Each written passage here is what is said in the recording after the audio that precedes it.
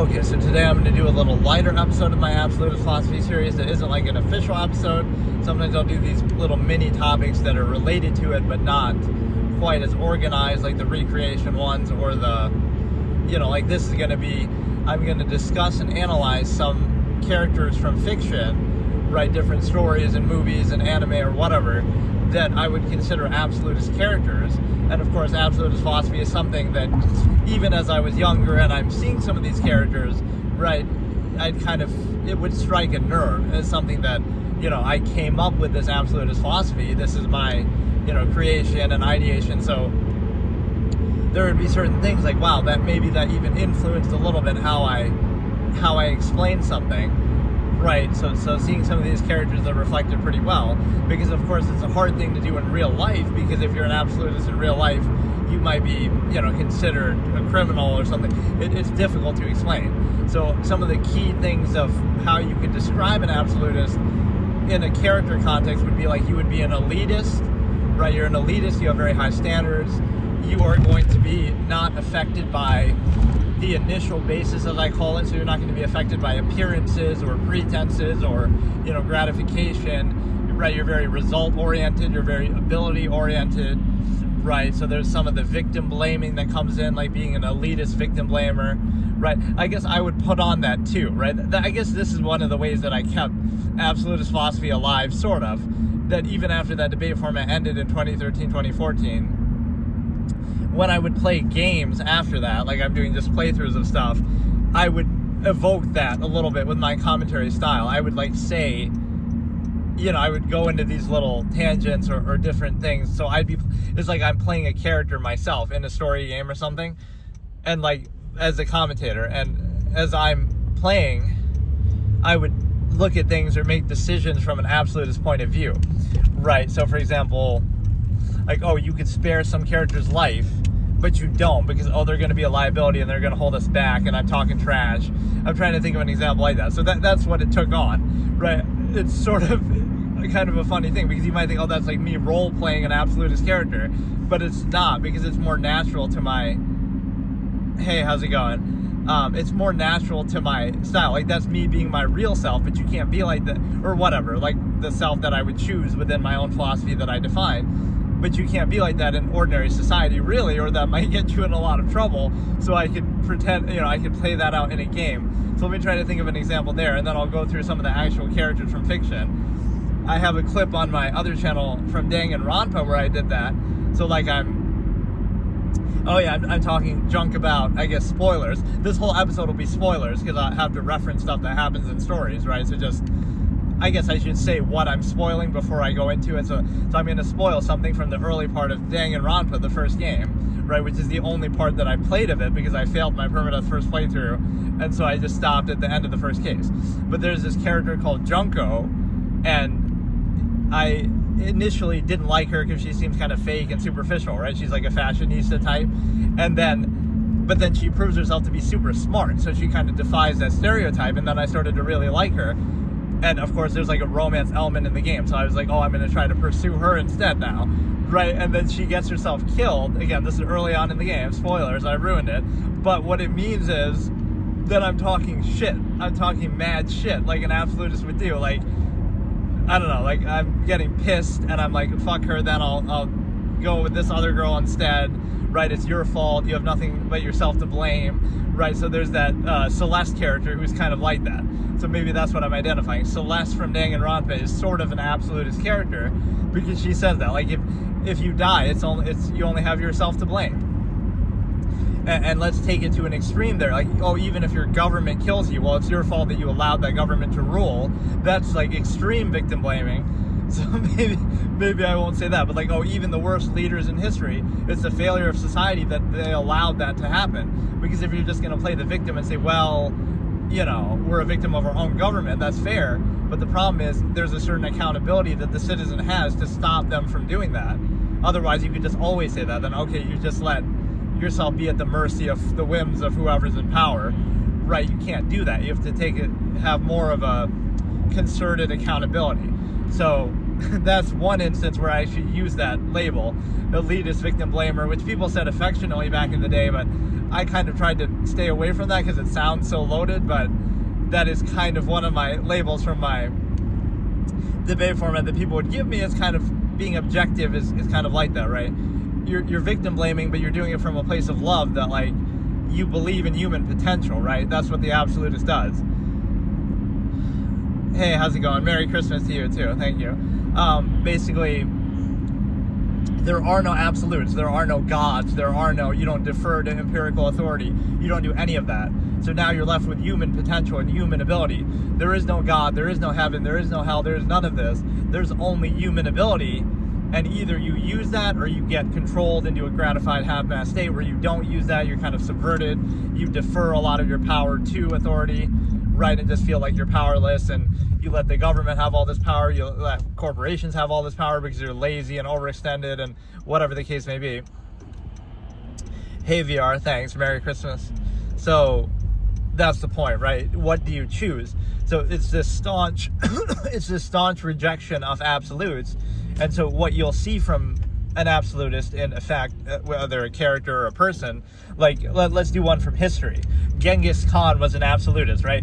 I always say like absolutists are ones who carve history, often maybe violently or whatever, but it's the irony of that. Like we'll condemn it in hindsight, but you're the one who, like, you wouldn't be in the position you're in if that didn't happen. So like, oh, we'll condemn colonial America, but then we wouldn't be living here.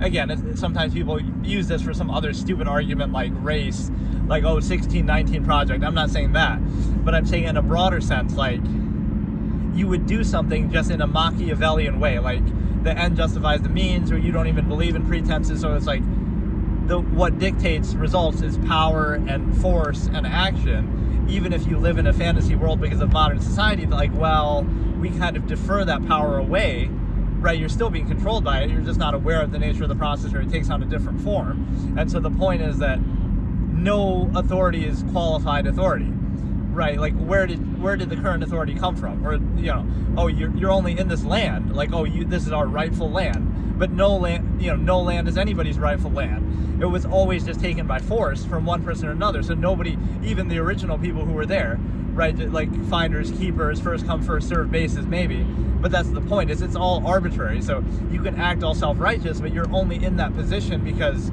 some conqueror of the past killed millions of people, and now you get to act all self-righteous as you're benefiting from the spoils of that.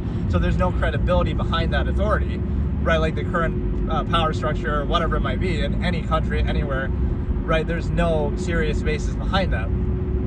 But you don't think about it like that, so you kind of treat it as an absolute, right? So yeah, Genghis Khan could be an absolute. Somebody who makes things happen, and then we look back and say, oh, we're going to condemn that, but we're still going to reap the spoils of it and live, and act like we're so self-righteous. Morality is the plaything of what did I say? I have this one expression I would always use, like, morality is the plaything of conquerors for their descendants to squabble over, right? On lands, on the graves, I can't remember exactly how I said it, but like on the graves of the conquered people, and on the, in the land built on the backs of slaves. So you'll condemn how you got there, but you'll still do it, right? You'll still be self-righteous about it. So, okay, let's get into some of the characters though. So that's just to establish like what exactly we're talking about if you're not familiar with it. So one of the classic obvious examples, again, remember, you're elitist, you're focused on ability, you don't believe in flowery kind of pretenses and stuff like that, right? It's very clear, sort of victim blaming, but that comes from a place of believing in human potential, right? And sort of Darwinism and stuff like this, right? That is kind of how reality works. It only doesn't work that way when you have a mindless mass of people who are reduced to a lesser state, right? If everybody was an absolutist, then that's the way the world really works, right? In like your more inherent natural state. But you get somehow tricked into taking gratification from being reduced to something less than your full potential, which is why the stimuli acme preservation is so important, because that's what the absolutist would do. You might look like, oh, in this era, how can you be an absolutist? You can't be like Genghis Khan, you can't do that. Or whatever, right? But you can do one thing. You don't have to maintain the state if you don't vouch for it. So if somebody's an absolutist, what will they do? They won't have kids. Either they'll tear down the structure or do something, reach the state that they vouch for, or they just won't have kids. So if they don't have kids, they won't preserve the state, right? So that's their responsibility. That's like, the absolutist protest of a contrived state, of unqualified empirical authority, right? So it sounds simple, but that's all it would take, right? You have that power. So you don't preserve or overextend the state, especially when one of the core principles here too is the village of 100 concept, the idea that, if the world was a village of 100, then now we can all be absolutists in our own right, and the world is our oyster. So, there'd be plenty of resources for everybody. But we dilute the value of life by having too much of it in a weird way. Again, don't use the depopulation argument here, because that's not what you're doing, right? In fact, you're rejecting the very authority structure that would theoretically do that. You're just saying that you could do it yourself. You could choose don't have kids or vouch for the state if you do have kids, right? Which with the high elitist standard, you might very well not. So you have to make that decision for yourself. So that's why it's kind of ironic that you find yourself in that position, because it's very nuanced, because it seems like, how can you do that? But, right, you can't really do it today, but you can still account for the fact that you can't do it by choosing something else. Like, you won't preserve the state, right? You are a part of it. You didn't really choose to be a part of it.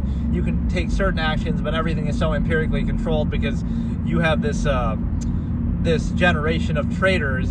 Some people call it like, the past generations deferred all this power over nature, over natural resources, over land, over everything to corporations and to government, and they've already done that. So it's very hard to recover from that. Right, so it's not an opinion basis like, I want that for myself. No, it's about, should that be the basis at all? And so it's like a self-serving fallacy, right? It doesn't actually go anywhere. You're saying like, we believe in, like, we have to sacrifice and subvert ourselves for other people. But then you keep having kids. So you have so many people now, you have to subvert more and more and more. You just, no matter what the state is, you'll just keep reacting to it. At what point will you do what I call self-actualize from an inherent base state, where you choose for yourself, okay, we're going to choose exactly how many people there are, and how many, whether we have kids, and we're going to choose everything. We're going to decide it for ourselves instead of just mindlessly doing it as if we're animals. So, alright, now let's get into the characters. So, Light Yagami from Death Note is a great example, right, where he's somebody very, very, very smart, but very elitist, very, believes in ability. That kind of validates him as a godlike figure, like, if I'm smart enough to get away, right? So there's like a Machiavellian principle here, all of that. And one of the key things there too is like, that you would sort of be consistent, right? You wouldn't have these sort of lapses where he never doubts like whether what he's doing is right or wrong, right? You kind of define your measure for yourself. So you say, I'm intending to do this thing with this result, and that speaks for itself. And then you would never doubt that. Now it's just a matter of how well you can do it, right? So like when two absolutist characters meet, that would be what it is. There's never any doubt like, you're going to change their mind or have a change of heart, because they realize everything's subjective and arbitrary, and so they define for themselves what their measure in life is, like what their priority, what their goal is, and now it just becomes a matter of how well you achieve it. So that is kind of a good example, that even somebody as capable as Light wouldn't be able to do what he did, obviously, without this magical notebook. So yes, you would need that. You would need some sort of benefit, some tool, some infrastructure. But I'll actually compare. I'll clown Lelouch from Code Geass, is that Light is an absolutist because he never wavers in his measure. There's never any doubt. You could say in the first episode, that's when he first gets the notebook, but that doesn't really count because that's just the initial shock factor. But an episode, I almost felt like they rushed this a little bit too when I first saw it. Like, they're setting up the premise. But in the first episode, he already has the God complex, and he's saying, I shall become the god of this new world, right? I almost feel like they shouldn't have said that, or like even in the manga, like they could imply that. Like he could say, I'm going to create the perfect world, and then later on he'll say the God thing, or imply it. But for him to say that right away is kind of like, he's getting corrupted by the notebook, but it's like he's already there. He's already saying that right in episode 1. But the point is, he's very consistent with his measure, right? So he doesn't, the only moment I can think of where he somewhat doubts what he's doing is like, am I doing something wrong? He knows exactly what he's doing. He says it himself, like, if Kira is caught, then he's evil. If he wins and rules the world, then I guess he's justice. Like, that's how the world actually works, right? So even in defeat, he would be thinking to himself, which they kind of didn't write the ending exactly right, but it's my fault that I didn't plan this more carefully. You wouldn't be thinking, oh, maybe what I did was wrong and I'm a bad guy. That's not it, right? It's just that, they were more capable than me, or they had more resources, or I should have just done my plan better, right? That's how you think, because that's how reality works. So you're not getting distracted by pretenses and stuff like that, even though that's a good tool to control the masses. So you might be aware of that and exploit other people with it, but even then you would say it's your fault for being exploited by it, not my fault for using it, right? I'd rather not use it. I'd rather be a Darwinistic, I'd rather fall to Darwinism and meritocracy, but you can't have it because you're a bunch of morons who fall for appearances and performative aspects and superficial things, right? So yeah, Light Yagami is definitely a good example, and again, he's very consistent with what he's trying to do, right? The only moment in the whole show that I can think of where he doubts that even a little bit is when he has to kill his sister, when he's thinking about killing his sister, and he's kind of looking in the mirror and kind of a little stressed out, and Misa's being a clown in the background. And I don't know if he's even doubting it for that reason. I guess he is, right, a little bit. So, and then he doesn't end up doing it, but he kind of maybe tricks himself in a way, like, oh, I can't do it because only the police know about this case, so it revealed me as as an insider. But I feel like he almost does that just to try to persuade himself not to do it, because he doesn't want to do it. He's sort of hesitating. So that's the only moment where there's any wavering. The rest of it is just, am I good enough to get away with it or not, right? There's no hesitation. He would have killed his dad, he would have killed his family, he would have killed anybody, right? That he's risking his own life, right? So let's look at this sort of messianic quality that he creates, even though you're rejecting gods and there's no such thing as a god, in a weird way, right? He kind of validates that, with his own ability, that you could say, this is an individual who resists temptation. He doesn't care about women. He has Takeda, he has Misa, but he doesn't care, right? He rejects money. He could make money. He could be one of the world's best detectives like L with his intelligence, right? He'd have a life of luxury. He'd have all these kind of comforts, but he rejects all of that and puts his life on the line to try to change the world and improve it and help people and reduce worldwide crime by 70%, right? So he becomes this godlike figure in a way, because all those things that would tempt and distract and consume other people, he doesn't care. Misa is this supermodel who everybody's thirsting over, right? And he just smacks her aside, in a manner of speaking, like he could give less of a shit about her. He's just using her as a tool to try to, achieve his overall goal. So you might think, oh, he's being mean to her, and that's negative, but it's actually, again, he's so committed that he doesn't care about anything else, right? This is his goal, this is his life, he's going to risk his life to do it. And honestly, when he dies, he would feel kind of validated, because, well, I reduced worldwide crime by 70%, so he even says that at the end too. Who else could have done it and come this far, right? Nobody could have done it. That's the thing. That's the validating element. Could L have even done it? L didn't have the willpower that Light had, or the charisma that Light had. So there's something to it where that's what you let define it, right? Don't tell me about some belief system or morality or pretense. Tell me about ability. Are you good enough to catch me? Then that makes you right. If you're not, then that makes me right. That's the kind of mentality that you have. And it's not even about right or wrong. It's just again, it's about ability. That's how the world actually works. So in a real world sense, yeah, suppose a criminal is good enough to get away with something, then they get away with it. So it's not, you can still morally condemn them, but it doesn't do anything, right, in that scenario. So you can feel good about yourself, but you can feel all self-righteous, but go fast or go home. How's he going? So now we have, there's one other thing I was saying with Light, but now I forgot. But yeah, he becomes this sort of figure again. You resist these temptations, you see them for what they are, you don't obsess over them, you don't find false meaning in them, and you understand that, oh yeah, that's what everybody always says, is go big or go home. Which people would always say that in school for some reason. I guess they thought it was some funny innuendo or something, but it just sounds dumb.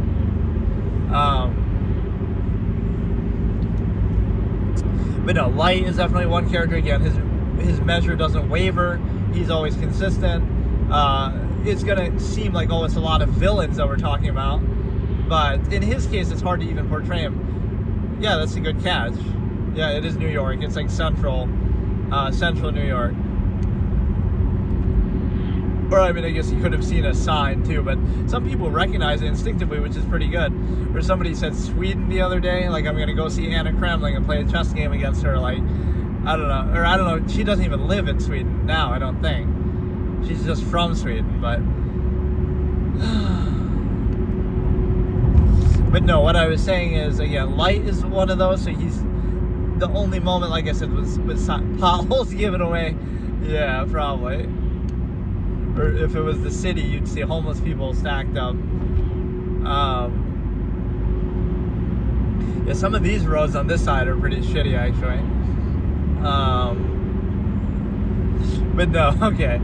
There was one other point with him that I was trying to say, but I forgot what it was.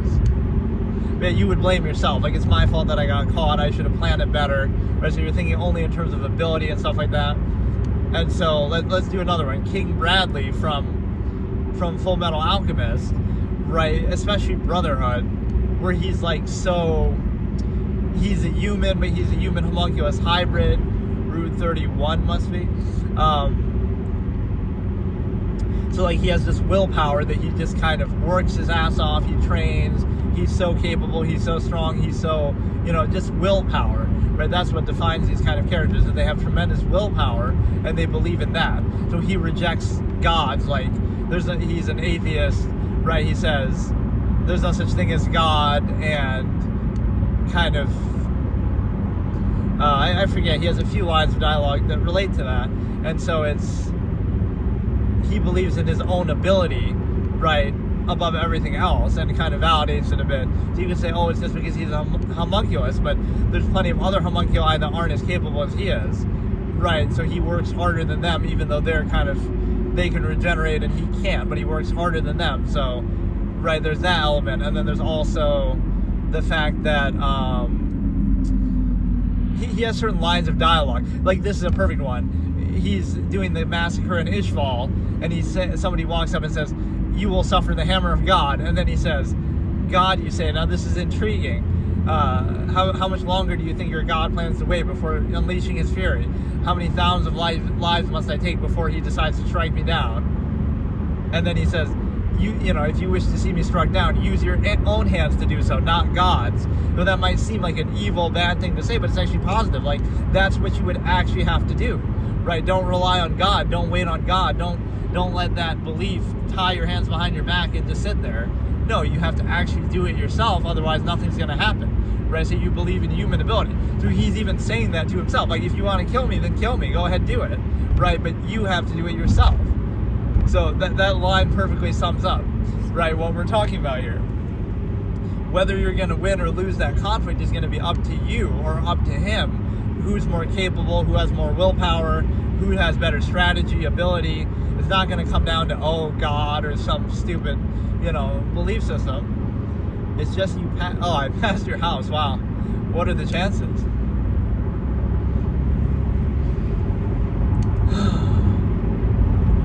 Like, what area do you live in? What town?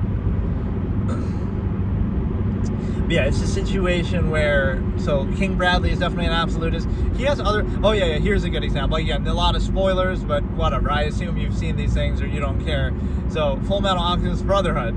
This is a good moment, like, where it's not just about ability, it's about willpower. So the guy is fighting Scar, and he's kind of wounded, and he's lost his eye and stuff, and then he gets his arms blown off, and his sword broken in half, but then he grabs the broken sword with his teeth and then stabs Scar with it. And I feel like Scar should have died there, but he actually doesn't. That would have made it more impactful. Like, he does his final sacrifice and does the transmutation circle, but then he dies. So the point is that level of willpower is like, it doesn't matter in that situation. Oh, he's homunculus or this or that. That's his willpower. Like, you're going to do it all the way. So like an absolutist villain, headed to the very end with what they're trying to do. There's no doubt. There's no, like, oh, maybe what I was doing is wrong kind of stupid shit like that. No, there's no change of heart. There's nothing, because you were always aware of the nature of the process. So you wouldn't have done it in the first place if you were somehow flaky or unsure, right? that's a good example of that moment. So Light is the intellectual absolutist, King Bradley is the physical, the warrior absolutist, and then we have probably a couple other examples I could give, but I'm trying to think of one of his other lines of dialogue, because he talks like that a lot. Again, you're putting the onus on human ability and potential and action, right? You're not saying, oh, let's believe in God, or let's believe in goodness, or let's believe in morality, and like none of that stuff is really real. So it relies on us to uphold it, whether through laws or stuff like that even. So yeah, like that when he's talking to the Ishvalans and saying, you know, if you wish to see me struck down, then use your own hands. And then even against Scar in the end, he's talking shit about that the same way. When you're surrounded by nothing but despair and Ishval and the massacre that I created, you must have believed that there was no God in this world at all. Right, because how much suffering you went through, how can you still believe after that? Right, it's like the non-accountable false absolute. Something good happens and oh, you'll thank God for it, but something bad happens and you won't blame God for it. So how does that make any sense? So we can never be wrong, right? Let's go into one other character. This will be a spoiler for the Ace Attorney series. Miles Edgeworth, Ace Attorney Investigations. I should have put spoilers in the title maybe, but I guess it's sort of implied, because it's hard to explain these things without going into great detail. This is going to be Quercus Alba from Miles Edgeworth, Ace Attorney Investigations. And so this one might be a sleeper and a surprise, but this is one of the best examples. So this is like the absolutist criminal, where he's a war hero, he's decorated, he's so accomplished, he's an ambassador, right? He's a great orator, he's just so capable. So he feels in his own mind that, like, my whole life I've been better than everybody else. I was better than everybody at the military academy and in the military. You know, I'm a war hero. I'm better than everybody in politics. I'm an ambassador. All this, right? So it's that ability that you can say, oh, it makes a person arrogant in a way, but it's kind of validated. It's sort of justified arrogance because, oh, I'm just better than everyone at everything. So then he becomes the leader of a smuggling ring, right? Criminal organization, and it's like he doesn't really need the money. He doesn't really need anything from that. Right, but it's just like, it's almost like he deserves it. He feels he deserves it because he's just that good, right? He's just that smart that it's like, I can just run circles around everybody, so I'm smart enough to get away with it, so why shouldn't I do it? Right, like my intelligence and my capability validates it, right, that he's just superior. Yeah, everybody else can condemn it and say it's a bad thing just because they're afraid to get caught or they can't get away with it, but he's the exception. He can get away with it. He can do whatever he wants, right? So this guy is just so resilient. That's one thing you'll see with absolutist characters. Like, they're so resilient that it's so hard to take them down. Like, look what it took to take Light Yagami down. Look what it took to take King Bradley down. Look what it took, you know, the path of destruction that they leave. Look what it took to take Quercus Alba down. Like, he fights. He goes on so long, right, when you're cross-examining him and stuff like that, right, at the crime scene. So he has certain lines like that too, where he just kind of talks like an absolutist too. He'll say, I don't know, like a lot of his dialogue is written like that, right? Somebody who, he's very dismissive of like whatever you're trying to do. It's like, you're just not convincing enough, you're just not good enough. He'll kind of push it to the limit, right? Use like every excuse that he possibly can to try to get away with it. Like, he kind of does what everybody says, oh, why didn't this character in the story, like, they could have gotten away with it if they just said this or that, or they could just make this excuse, right? But he actually does that. So when you catch him, he exhausted every excuse possible, right? And now you know that when you caught him, you really caught him. Whereas, right, with a lot of characters, oh, they'll just give up, or they'll just make a mistake, or they'll just, you know, give up too easy and they could have still fought it or made an excuse, right? But he really fights every last way that you can, and then he loses to that, like to the real, I don't know, he just makes every angle that he possibly can, right, to try to get away with it. And sometimes even their defeats are not very convincing because, you know, like Lights is definitely not convincing. There's a bit of a Deus Ex Machina bullshit with the samurai dogs to catch Quercus Alba. I guess Bradley's defeat isn't too bad, although he gets like blinded by the eclipse or something dumb. But whatever, it was like such a team effort to try to take this guy down.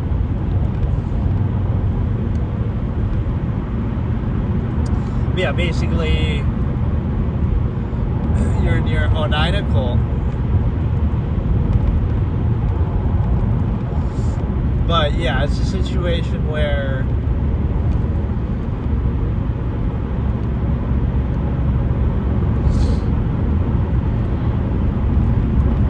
Quercus Alba was such a god because he's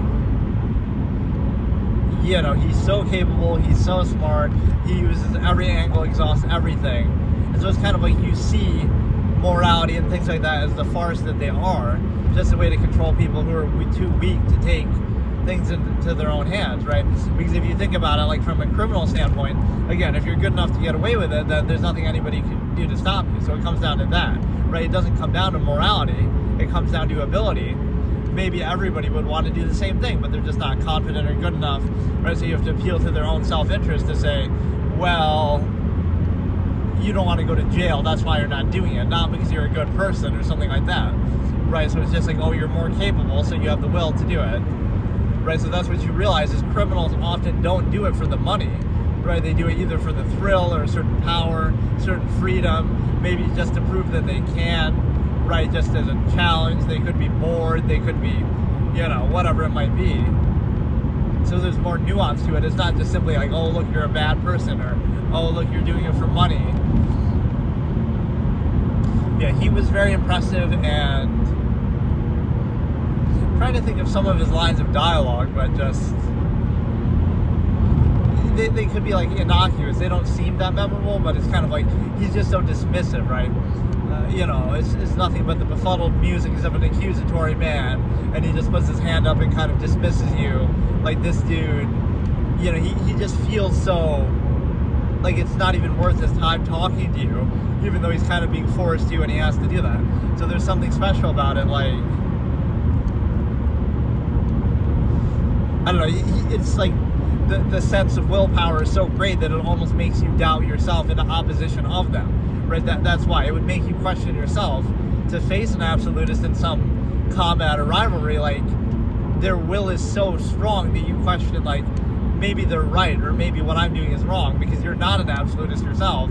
So then you'd be thinking, like, not so much that you would convert to their side, but you almost might give up, or you might, you'll have doubts. That's how strong the will of an absolutist can be, is that it's not about that anymore. Like, right, your will and your resolve will be shaken by theirs. So, right, like you almost can't. There's a moment like that where Edgeworth is like that too. He's just he's stunned how hard Alba is fighting. Like, no matter what you do, he never is going to believe what he's doing is wrong, because he knows there is no right or wrong, and he's just, letting actions speak for themselves. So, right, and he's going to max out his ability, max out every option, right, do it the best he can to try to get away. So it's kind of like the same way you would look at performative aspects, right? It doesn't help you to, like, show your fear or show your... So, like, a person would be, like, very neutral and unemotional, because regardless of what your goal is, as I always say, emotion is nothing more than irrational insistence upon the self.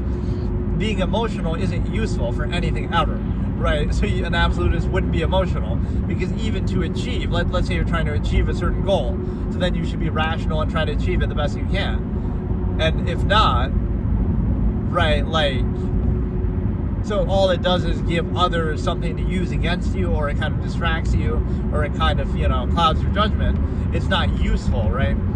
Even to best achieve your self-interest, it's better not to insist upon it and to think rationally and stuff like that. So it's necessary only for a subversive state. And so, yeah, that is definitely... Let me try to think of a couple more characters, maybe from, like, a movie. I don't know if, like, Michael Corleone or somebody like that could be considered one. That'd be kind of iffy a little bit. Or, oh, no, here's a good one from a movie is spoilers for Batman Begins, right? Ra's al Ghul is definitely an absolutist, right? One of the best in a movie that I could think of, is that he, again, like you're doing it by any means necessary. The end justifies the means, kind of a thing, right? You're not going to do it halfway. He's like, okay, I'm going to take care of Gotham and do what I have to do, right? And just that's what the League of Shadows does, right? Rome, they're the ones who sacked Rome, he says, and we loaded trade ships with plague rats and stuff like this. We kind of reset everything, and we do, right, we're going to do it by any means necessary. So that's his measure, that's his resolve.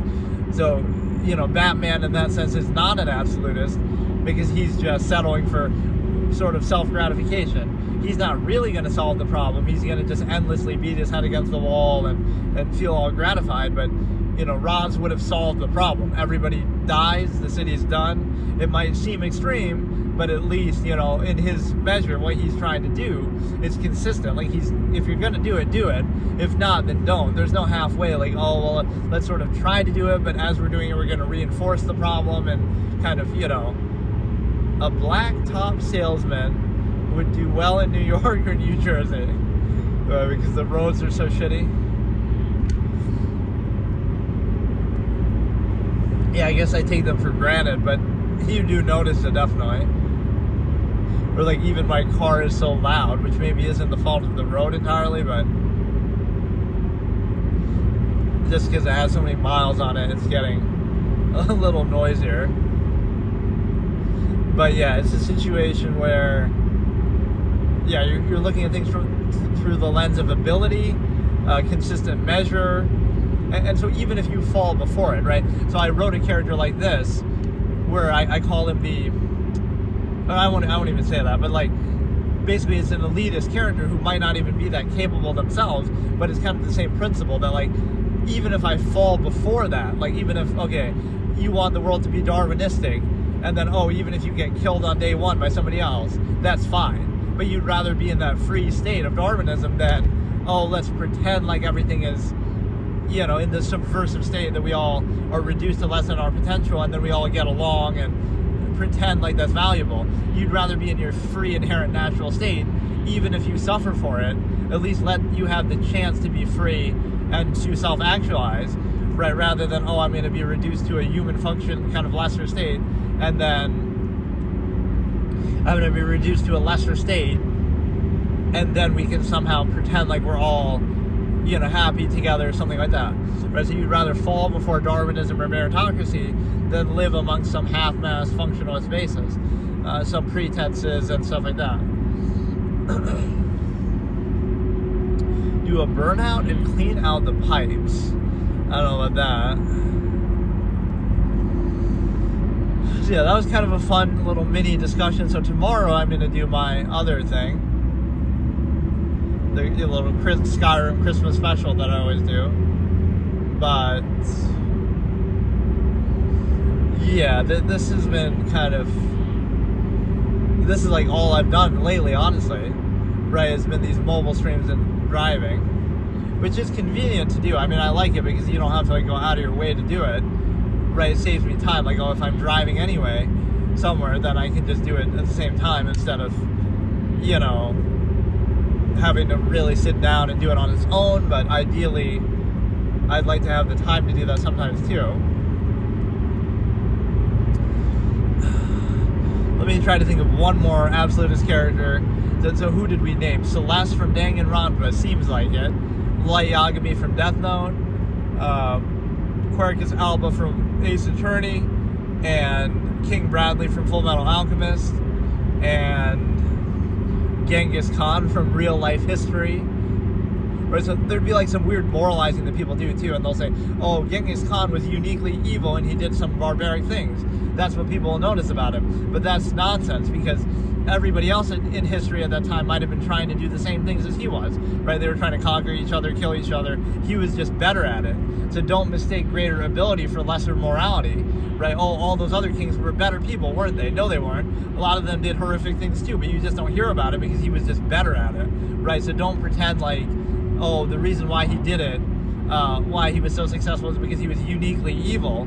That's not what it is, because right? That's not all it takes. It's the ability, it's the strategy. So everybody's kind of playing the same game by the same rules, if you will, right? Which at that point in history might have been violence and conquering. But again, he was just better at it. That was the defining factor. So, right, it's not a moral argument, it's an ability argument.